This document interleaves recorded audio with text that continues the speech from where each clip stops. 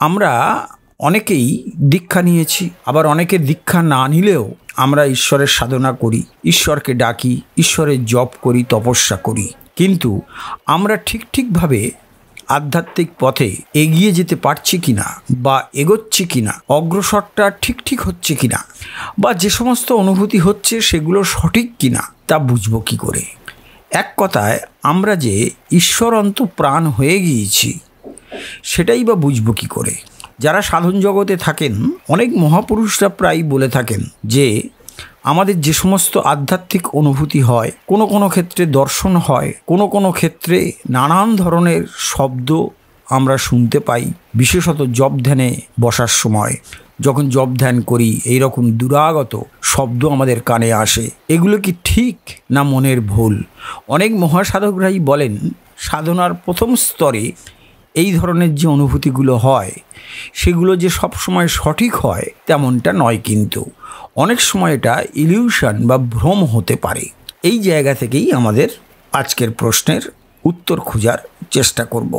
কোনো মানুষের যদি সত্যি আধ্যাত্মিক উন্নতি হয় বা তার ঈশ্বর দর্শন হয়ে থাকে, তাহলে আমরা কি করে বুঝব যে সেই মানুষটির ঈশ্বর দর্শন হয়েছে, ঈশ্বর অনুভূতি হয়েছে, বা আধ্যাত্মিক বিভিন্ন অনুভূতি তিনি লাভ করেছেন? এটা বুঝবো কিভাবে? আমরা উত্তর খোঁজার চেষ্টা করব শ্রীরামকৃষ্ণের আলোচনা থেকে। তবে এই প্রসঙ্গে বলে রাখি, একবার এক ভক্ত শ্রী শ্রী সারদা দেবীকে একটি প্রশ্ন করেছিলেন।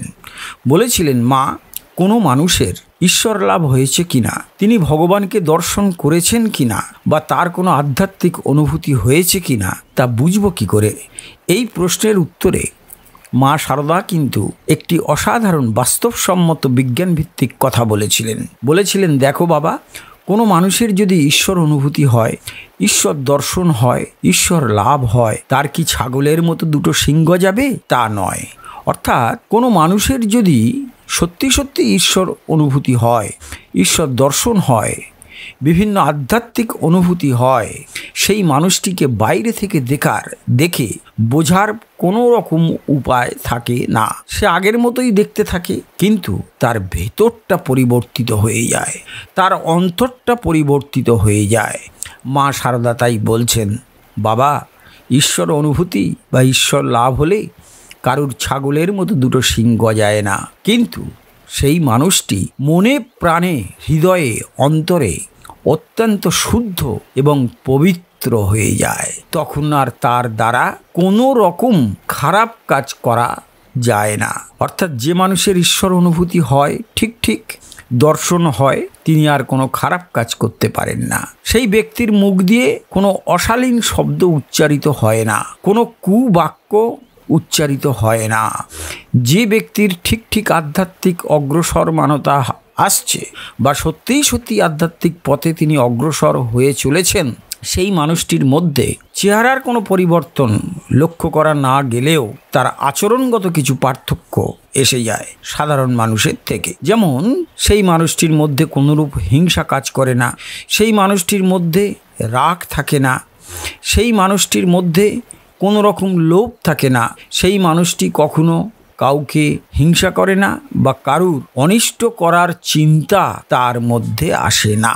এইবারে আমরা আসছি শ্রীরামকৃষ্ণের কথায়। শ্রীরামকৃষ্ণকে এক ভক্ত প্রশ্ন করেছিলেন, বলেছিলেন, কোনো ব্যক্তির বা কোনো মানুষের যদি ঠিক ঈশ্বর অনুভূতি হয়, আধ্যাত্মিক দর্শনাদি হয়, তাহলে বুঝবো কি করে? এই প্রশ্নের উত্তরে শ্রীরামকৃষ্ণ বলেছিলেন যে, দেখো, যদি কোনো মানুষের ঠিক ঈশ্বর অনুভূতি হয়, ঠিক আধ্যাত্মিক বিভিন্ন দর্শনাদি হয়, তাহলে লোকটিকে বাইরে থেকে দেখে চেনার দুটি উপায় আছে, দুটি মাত্র লক্ষণ তার মধ্যে দেখা যাবে।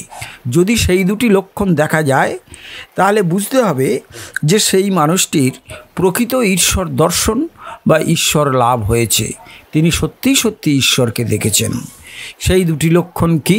শ্রীরামকৃষ্ণ বলছেন, প্রথম লক্ষণটি হলো, ঈশ্বরের নাম গুণগান করলেই, বা সেই মানুষটি যদি ঈশ্বরের কোনো কথা শুনে, যখনই শুনবে তার চোখ থেকে অবিরল ধারায় অশ্রু গড়িয়ে পড়বে। এটি হলো প্রথম লক্ষণ।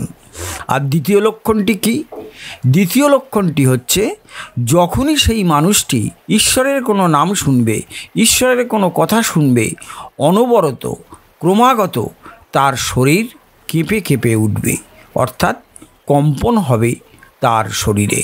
এই দুটি লক্ষণ যদি কোনো মানুষের মধ্যে দেখা যায় যে ঈশ্বরের নাম শুনলেই তার চোখ থেকে জল গড়িয়ে পড়ছে এবং তার শরীর কেঁপে কেঁপে উঠছে, তাহলে বুঝতে হবে সেই মানুষটির প্রকৃত ঈশ্বর লাভ হয়েছে বা ঈশ্বর দর্শন হয়েছে বা ঈশ্বরের অনুভূতি হয়েছে। তাহলে বন্ধুরা, আশা করি আজকের প্রশ্নের উত্তর পেয়ে আপনারা সকলেই খুব খুশি হয়েছেন এবং ভালো লেগেছে। আর যদি ভালো লেগে থাকে তাহলে প্রতিদিনের মতো লাইক, শেয়ার ও কমেন্টস করবেন। আরেকটি ছোট্ট অনুরোধ রইল, যারা এখনও আমাদের এই চ্যানেলটি সাবস্ক্রাইব করেননি বা করে উঠতে পারেননি, তারা অবশ্যই আমাদের চ্যানেলটি সাবস্ক্রাইব করে আমাদের পাশে থাকবেন। সকলে খুব ভালো থাকুন, আনন্দে থাকুন। আজকের মতো বিদায় নিচ্ছি, আবার আগামীকাল কথা হবে। নমস্কার, ধন্যবাদ।